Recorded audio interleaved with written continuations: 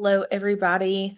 I hope you guys are having a good Friday. When you see this, I'm filming this on Thursday night. I tried to wait as long as I could to get as many responses as I could for the um, questions that you guys have asked in order to kind of see what you guys are wondering and also figure out where everybody is. You guys that answered were great at giving me both what I was asking for that was being graded, being where you are right now, and also any questions that you have. So I've got all that information. I didn't have a ton of people complete it. I did open this up yesterday during class, and it was open all the way up until about 6:30 this evening. I wanted to give you guys plenty of time to complete it, but I could not leave it open super long because I needed to be able to film this tonight. Um, so um, that is something that did close um, because I had to kind of close it off at one point in order to get the questions. But I do have some good stuff to work with that you guys submitted. Also, I want to thank you guys who completed the bonus, which was asking for TV show recommendations, also asking about Abbott Elementary. And I'll discuss that at the end. We need to cover the important bits first. And I've got two different screens open here, or two different things open here, because I'm going to use the Blackboard shell to kind of show you where you can find some of this information that you might have missed or forgotten before. So the first person, and I've left these all anonymous, wanted to know what the maximum words were for the essay, and if you can have more than 6 sources for the end of the paper. I assume that meant on the works cited page. If I'm incorrect in the way I interpreted that, I can clarify that later on if the student will reach out to me. But if we go all the way back, I'm trying to think of which week this is in. Yes, if we go all the way back to week 3, where we first really introduced the argumentative paper, you can see here the argumentative research essay. Um, Basically the sheet that's going to give you all the information that you need. Some of these dates, of course, have changed. The new dates can be found on the schedule attached to your syllabus, and they're being posted as such in Blackboard, so you guys can find that as well. We've pushed some stuff back in order to give us enough time to really get caught up and work on this project while still having a good amount of time um, to tackle our literary analysis, which is our second paper for the semester. As you can see here in the general requirements, it is a minimum, I'm having a hard time saying minimum, of 900 words, and it can be up to 1,200 words. Now, this is not to say if you write 1,300, 1,400 words that I'm going to count off. This is a suggestion. Please do not turn in a paper that is like 20,000 words or anything like that. That would be way too long, especially because I'm going to be having between the two classes about 50 of these to grade. So trying to keep it around that roughly 4-page mark um, is going to work best for everyone involved. The length is not super long for an argumentative research paper. That is because I wanted you guys to focus more so on making strong, clear, concise arguments rather than trying to meet a word minimum or a page minimum. I also use words instead of pages because I have been that student who wrote an entire paper and accidentally had 11-point font and was struggling to meet the amount I needed, and then found out I actually wrote like a page and a half more than I had to after I fixed the font. So I feel like that if there's a little mistake like that, the words make it just a lot more clear. You can find all those other requirements right here as well if you need to go back and see that. We talked about the rubric today, and the rubric is really based off of these requirements and criteria that I have established since week 3. Um, Also, can we have more than 6 sources in the paper? You do have to have a minimum of 4 sources, as stated right here, but if you have 6 or you have more, that is fine. I asked you guys to do 6 sources for annotated bibliography so that if you go and start writing your paper and you realize one of your sources is not working for you or a couple of your sources aren't working for you, you're not going back mid-paper and having to try to find more sources. That way we have more than what we need. So if we have to toss out a couple of sources, we've still got the minimum, which is 4, but you are welcome to use more. Um, as short as this paper is, you're not going to need like 10 sources. But if you've got 6 or 7, that should be perfectly fine. But again, make sure that you're paying attention to these specific requirements here whenever you are drafting and editing your paper. This is also going to be something that we're going to have each other check whenever we go over the peer review.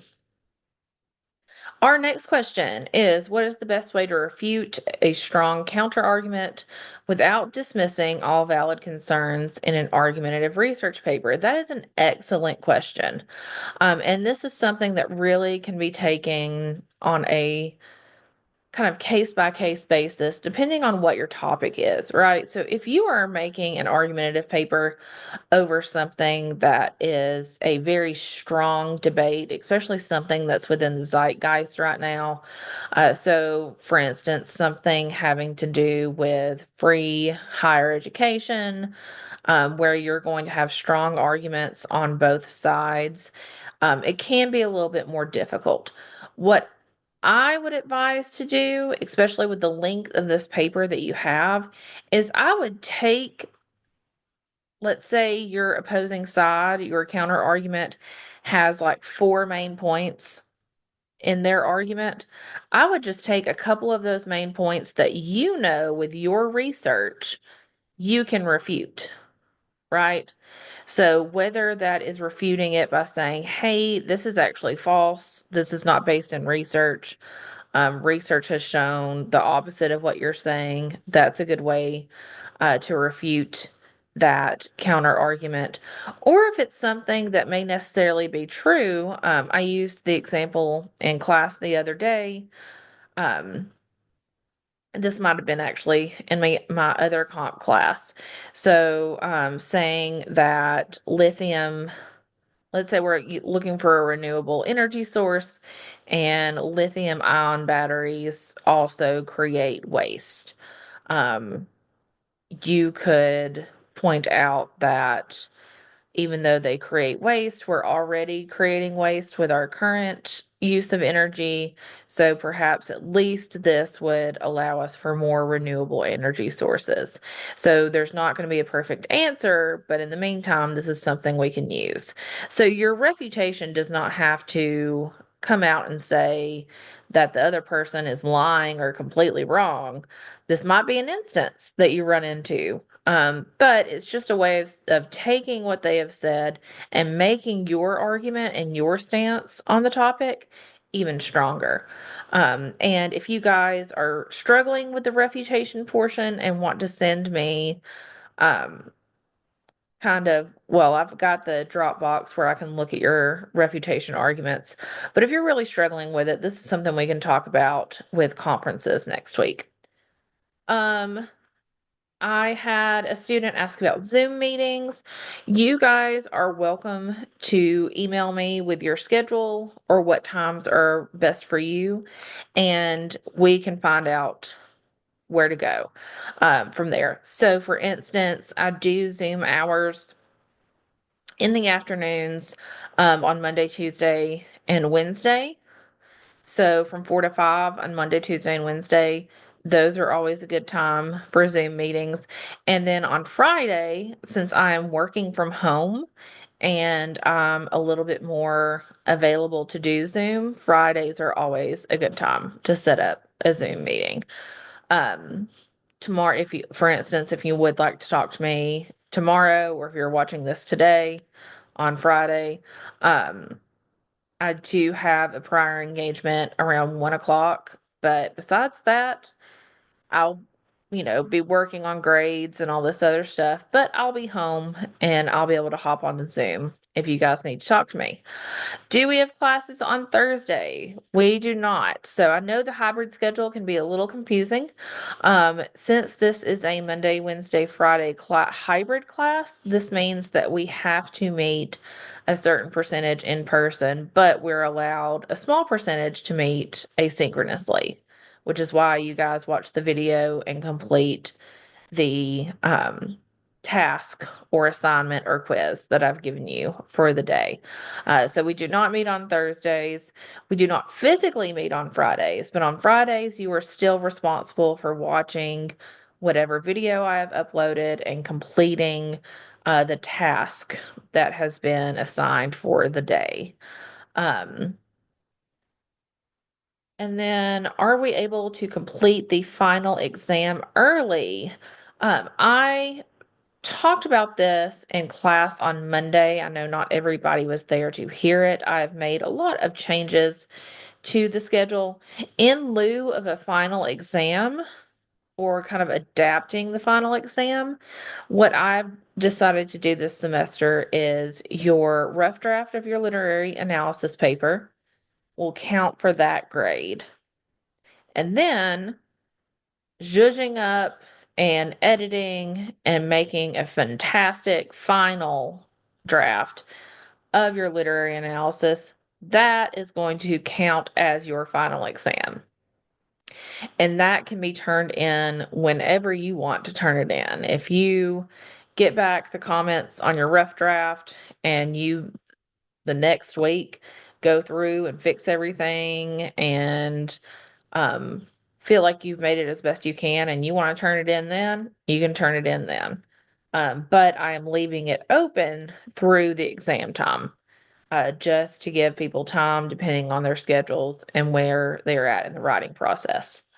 I'm hoping this has answered most of the questions that you guys have had for me so far.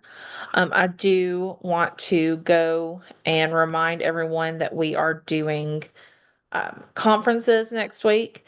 You do need to sign up for a conference as soon as possible. Only 2 students so far have signed up for a conference.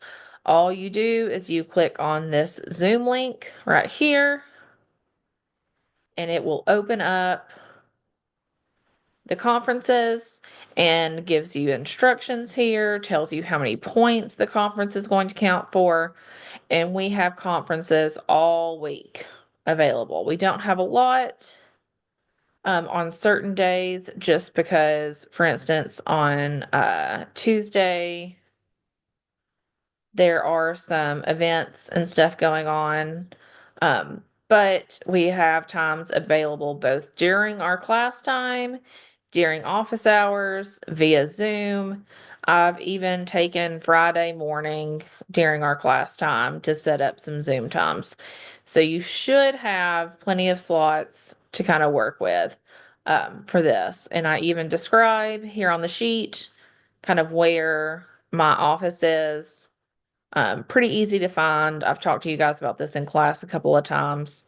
You just walk out the doors under the breezeway and you're in the new classroom building.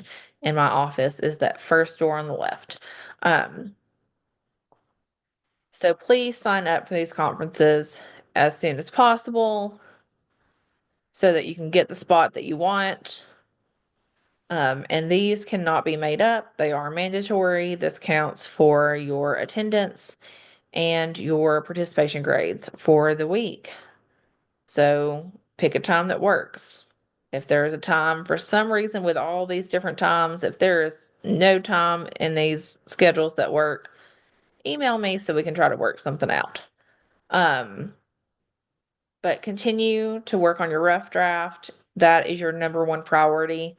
If you managed to turn in the half-length rough draft when it was first assigned, go back and try to get that full-length rough draft. Try to get those 900 words, even if they're not pretty words, even if it's got kind of a lot of stuff that you need to fix. The more of your work that I can see, the more feedback I can give, and the more we have to talk about when we meet for conferences next week. I hope you guys have a great weekend. Besides the rough draft, you do not have anything else to work on for today. Just keep working on that paper. We are in the home stretch for the research paper. So I'm hoping we can get this done in the next couple of weeks and move on to our literary analysis project, which will be a little bit lighter. Still is going to involve a little bit of argumentation, a little bit of research, but it's not quite as big of a behemoth as this research paper. As usual, if you guys need me, please feel free to email me. I do want to remind you guys that Bulldog email is the best way to reach me. I do check Blackboard email or messages as well, just not as often. And I rarely check Navigate. So Navigate is not really the best way to get a hold of me. Just letting you guys know. But I'll go ahead and stop this share and I'll end this meeting and see you guys on Monday.